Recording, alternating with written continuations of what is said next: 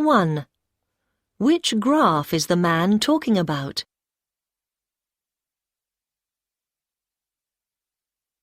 The year started quite slowly, but sales in the second quarter picked up well.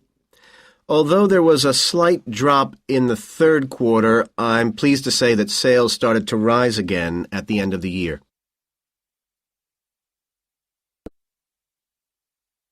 2. Which jobs will be created when the company relocates?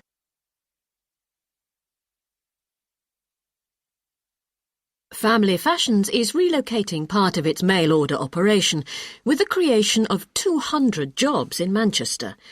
All jobs at the current packing centre will remain and deliveries will operate as before. The new customer service staff will work at a purpose-built site very close to the...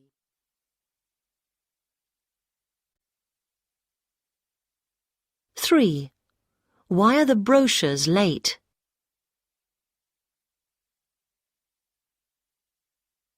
It's the printers here. I'm sorry your brochures are late. We've had some problems. Not your new machinery. Something else this time. Some of our drivers have been ill this week. We've sent your order by post. We thought it would be quicker, as we've only got a few delivery vans going out. OK, thanks.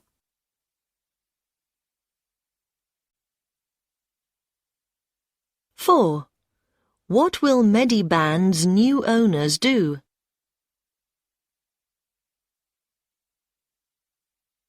I hear there has been a takeover of Mediband. Yes, it was running at a loss. How did the workforce react? I expect they were worried about their jobs. Well, actually, the new parent groups announced plans to increase the company's output and market more products abroad. So their future's secure now.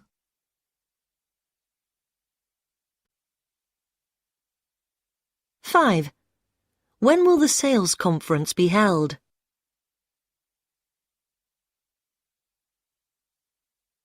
We'll have to move the sales conference, I'm afraid. Oh. It's scheduled for Wednesday, the 25th of November, but there's a trade fair in Amsterdam the following day that senior staff are attending.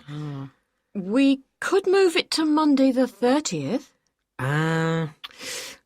Actually, better to bring it forward to Monday the 23rd. A pity about the 25th, though. It seemed a good day for everyone.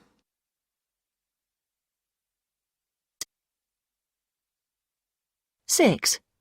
Which chart shows exports of mobile phones this year?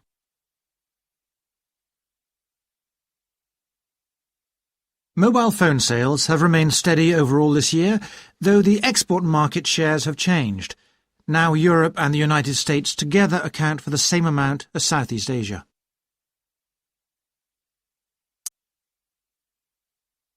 7. Which day is the meeting arranged for?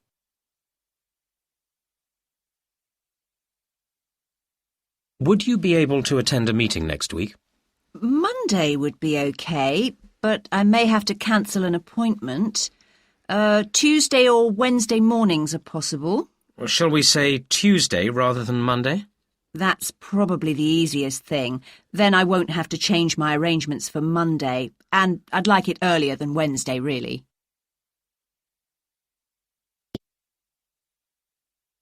8. Why is the man phoning the suppliers?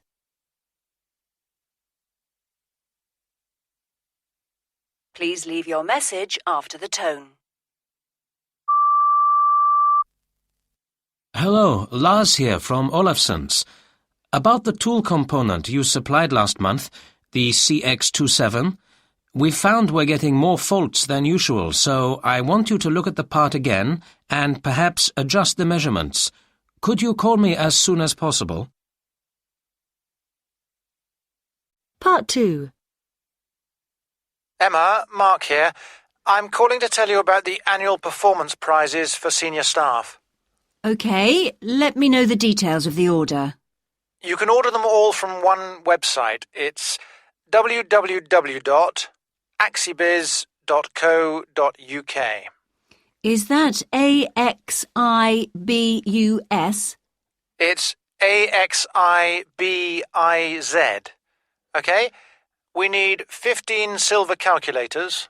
How will I know which ones? There are two designs. We want the £18.75 ones, rather than the £21.75 ones. Right. What else? Leather picture holders, but they come in different sizes. The larger ones are 29 by 31 centimetres. Get the other ones. They're 26 by 30. We'll need 5 of those at £42. What's the Star Performance Prize? It's the £95 gold gift desk set. Is that the exact name? Yes. And that's all. Call my mobile to let me know about the order.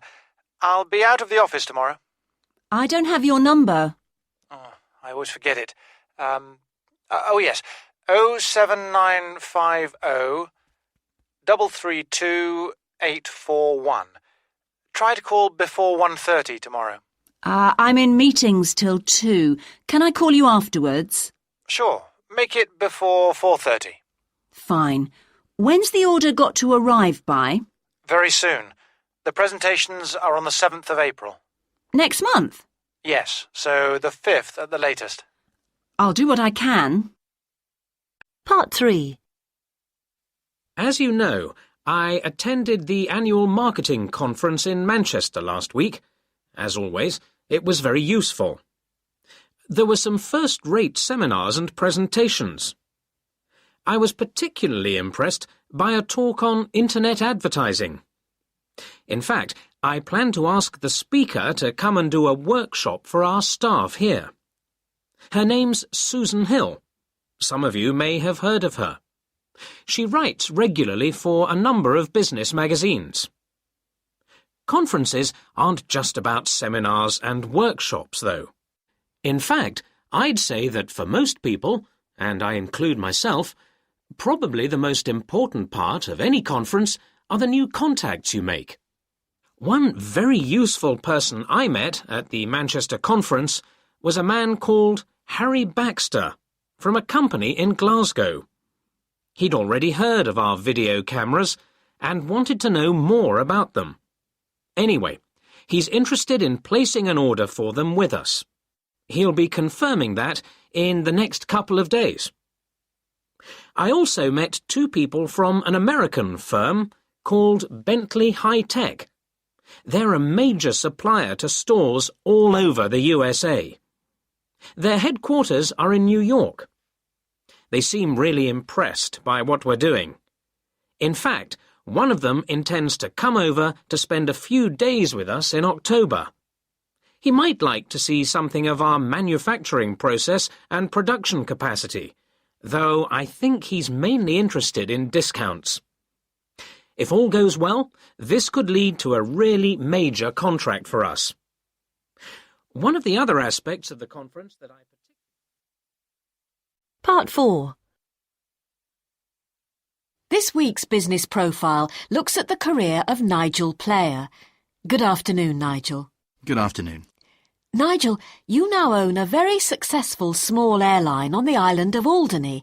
But have you always worked in transport? Well, actually, my career's been very varied, and I moved into transport quite recently. I started work at a bank where I was responsible for dealing with investments. I then moved into electronics, where I ran a multi-million-pound company. So why did you leave such an important job and go to Alderney? Initially, I had no intention of leaving. I just wanted some free time before returning to the company. I originally planned to spend a year doing a book on successful businesses while staying with a friend who had retired there. But Alderney is a very small island, quite a long way off the south coast of England. I imagine you soon got bored. That's right. It's beautiful there, but within 2 weeks I was looking around for some kind of business opportunity. I'd already noticed that food prices were high and service was poor, so I decided to try food retailing. I bought an old general store. It wasn't cheap, but I was optimistic about its potential. I modernised and expanded the premises and opened in October 1999. But that's still very different from owning an airline. Yes, but the problem on an island like Alderney is that the best way to get fresh produce is to fly it in.